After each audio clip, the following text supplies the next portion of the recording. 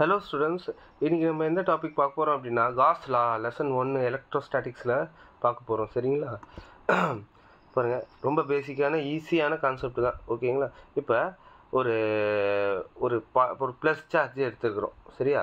ஒரு ப்ளஸ் சார்ஜை சுற்றி நம்ம என்ன பண்ணியிருக்கோம்னா ஒரு சர்ஃபேஸை வரைஞ்சிக்கிறோம். அந்த சர்ஃபேஸ் தான் என்னதுன்னா ஸ்பெரிக்கல் காசியன் சர்ஃபேஸ், ஒரு இமேஜினரி சர்ஃபேஸ் நம்ம வரைஞ்சிக்கிறோம். சரியா?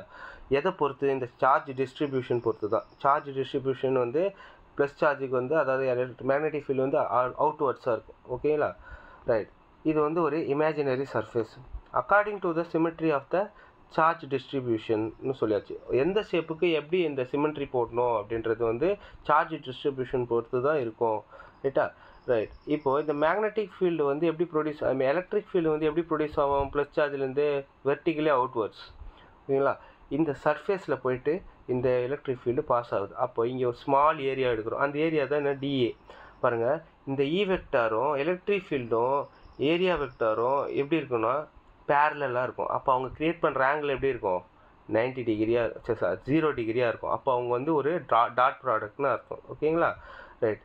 இப்போ இது எதுக்கு சார் யூஸ் பண்ணுற காஸ் லா அப்படின்னா மேக்னெட்டிக் ஃப்ளக்ஸை கண்டுபிடிக்கிறது. அதாவது magnetic flux inside the spherical shell, அதை கண்டுபிடிக்கிறதுக்கு தான். அப்போ magnetic flux phi E equal to closed integral. இது வந்து ஒரு க்ளோஸ்டு சர்ஃபேஸ், அதனால நம்ம என்ன பண்ணுறோம்னா க்ளோஸ்டு இன்டெக்ரல். இங்கே நிறைய ஏரியா எடுக்கலாம். அதாவது இந்த மாதிரி ஸ்மால் டிஏ நிறைய டிஏவே எடுக்கலாம். அப்போ அது வந்து ஒரு ஃபுல் ஏரியாவாக இருக்கும். சரியா? அப்போ closed integral E vector dot DA vector equal to என்னதுன்னா Q enclosed by epsilon naught. Q enclosed by epsilon naught. ஓகேங்களா? இதோட காஸ் லாவோட ஃபார்முலா இதுதான். சரியா? இதை நம்ம எப்படி எக்ஸ்பிளைன் பண்ணி இப்போ எடுத்துகிட்டு வர போகிறோன்றது மட்டும் தான் நம்ம பார்க்க போகிறோம். ரைட். இப்போ டெரிவேஷனுக்கு போயிடலாம். சரி, நம்ம இங்கே ஈக்குவேஷன் போட்டுக்கலாம். என்ன ஈக்குவேஷன் அப்படின்னா phi E equal to closed integral of ரொம்ப அகலமாக இருக்குது. Closed integral of E vector dot dA vector. இதிலேருந்து நம்ம அந்த கியூ என்க்ளோஸ்டு பை எப்சிலான் நாட்டை கண்டுபிடிக்க போகிறோம். சரியா?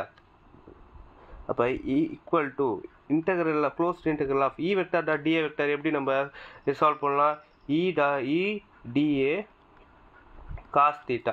ETA cos theta. பாருங்கள், இ வெக்டாரும் டிஇ வெக்டாரும் கிரியேட் பண்ணுற ஆங்கிள் என்னது? 90 டிகிரி. ஓகேங்களா? அப்போ தீட்டா ஈக்குவல் டு 90 டிகிரி. அப்போ phi E equal to closed integral of E dA. புரியுதா?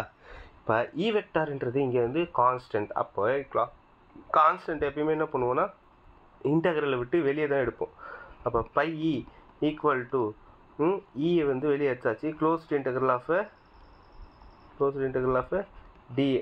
பாருங்கள், closed integral of d A area vector, area integral of area அப்படின்னதுன்னா பாருங்கள், இது என்ன ஷேப் அப்படின்னா ஒரு ஸ்பெரிக்கல் ஷேப். சரிங்களா? ஒரு ஸ்பியர் ஷேப். அப்போ ஏரியா ஆஃப் த ஸ்பியர் என்னதுன்னா 4πr². Area of the sphere என்னது? 4πr². அப்போ அந்த ஃபார்முலாவை நம்ம இங்கே க்ளோஸ்டு இன்டெக்ரல் ஆஃப் டிஏக்கு அப்ளை பண்ணலாம். அப்போ 4πr². ஓகேங்களா? அப்போ இதை இங்கே அப்ளை பண்ணுங்கள். Phi E equal to E 4πr². ஓகேயா? Phi equal to E 4πr². இப்போ நமக்கு இ வேல்யூ தெரியும். எலக்ட்ரிக் ஃபீல்டு வேல்யூ என்னது? E is equal to 1/4π epsilon naught Q by, அதாவது கேபிட்டல் கியூ பை r². இதோட சார்ஜ், அதாவது இந்த ப்ளஸ் கியூ ப்ரொடியூஸ் பண்ணுற சார்ஜ் என்னது? Capital Q. ஓகேங்களா? அப்போ கியூ பை r². இதை இங்கே அப்ளை பண்ணுங்கள். இப்போ என்ன வரும்?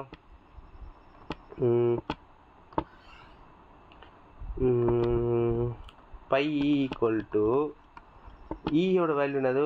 1/4π எப்சிலான் நாட்டு. 1/4π எப்சிலான் நாட்டு. அதே மாதிரி மேலே ஒரு 4πr² இருக்குது. பை இன்ட்டு இந்த க்யூ ஒன்று இருக்குல்ல, 1/4π எப்சிலான் நாட்டு க்யூ பை r². அப்போ இந்த க்யூ இங்கே மேலே போடுங்க. க்யூ பை இந்த r² கீழே போடும். r² கேன்சல் ஆகிடும். 4π கேன்சல் ஆகிடும். அப்போ பை ஈக்குவல் டு என்னது?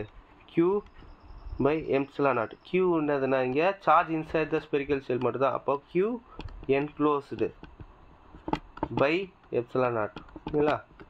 புரிஞ்சுதா? காஸ்லானா என்னதுன்னா ஒரு ஸ்பெரிக்கல், நம்மளே ஒரு இமேஜினரியாக ஒரு சர்ஃபேஸை வரைஞ்சி அந்த உள்ளே இருக்கிற மேக்னெட்டிக் ஃப்ளக்ஸை கண்டுபிடிக்கிறோம். புரியுதா? ஸோ இந்த வீடியோ உங்களுக்கு புரிஞ்சுதுன்னா உங்கள் ஃப்ரெண்ட்ஸுக்கு வந்து ஷேர் பண்ணுங்கள். அதே மாதிரி எதனா டிஃபெக்ட்ஸ் இருந்ததுன்னா வந்து கமெண்ட் பண்ணுங்கள் கண்டிப்பாக. ஓகேங்களா? நான் வந்து சேஞ்ச் பண்ண ட்ரை பண்ணிக்கிறேன். தேங்க்யூ. அதே மாதிரி இந்த டிஸ்கிரிப்ஷனில் வந்து இந்த பிடிஎஃப் இருக்குது, வேணுன்றவங்க டவுன்லோட் பண்ணி நோட்ஸ் எடுத்துக்கோங்க.